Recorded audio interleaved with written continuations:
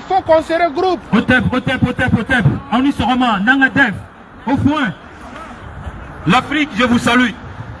Moi, c'est Sangaré Issa, panafricaniste d'obédience Kwame Nkrumah, Modibo Keïta, juriste Nyerere, et disciple du grand Cheikh Anta Diop, Ossar Diop, Osiris Diop. Je dois commencer à saluer nos frères du Tchad, saluer nos frères du Congo, saluer nos frères de la Côte d'Ivoire, nos frères du Cameroun, nos frères du Sénégal, de la Guinée, du Gabon. Merci, merci, merci, merci. Et du Niger, merci, merci. La liste n'est pas exhaustive. Ceci étant dit, cet élan de panafricanisme que nous venons de voir, qui a pris le sens depuis l'Afrique, cet appel est venu depuis l'Afrique. Que toute l'Afrique et sa diaspora puissent manifester ce samedi 22. Nous saluons cet élan de solidarité envers le peuple malien. Mais ceci étant dit, chers amis, brothers and sisters, les pères de l'indépendance du Mali, ils étaient des visionnaires. Ils ont écrit 4 hymnes nationaux pour le Mali.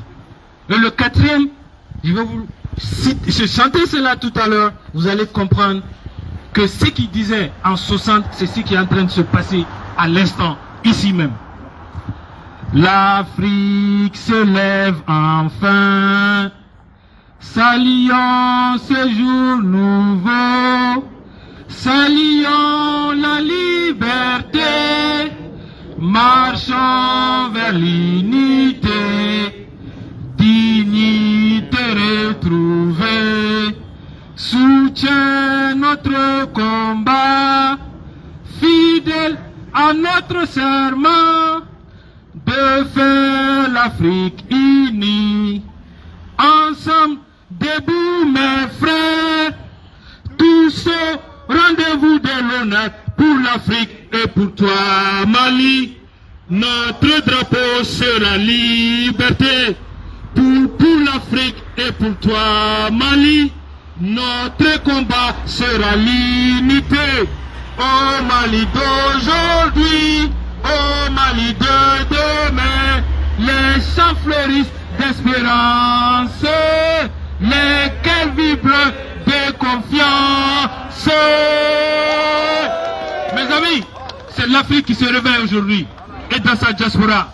Mes chers amis, le discours que j'ai préparé aujourd'hui est intitulé « J'accuse la France au nom du Mali et au nom de l'Afrique ». J'accuse la France esclavagiste pour les 400 ans d'esclavage. J'accuse la France colonialiste pour les 70 ans de colonisation. J'accuse la France néocolonialiste et impérialiste pour les 60 ans de néocolonialisme. J'accuse les différents gouvernements français qui se sont succédés depuis 1960 et qui sont responsables des différents coups d'État en Afrique. J'accuse la France de maintenir l'Afrique dans une paupérisation aiguë à travers le franc CFA, franc des colonies françaises d'Afrique. J'accuse la France d'instrumentaliser les dirigeants africains contre leur peuple. J'accuse la France de maintenir l'Afrique dans la pauvreté. Comment serais-je terminé sans accuser nos propres dirigeants? J'accuse les dirigeants africains d'avoir trahi la mémoire de nos pères d'indépendance. J'accuse les présidents des pays membres de la CEDEAO de privilégier les intérêts français au détriment des intérêts du peuple.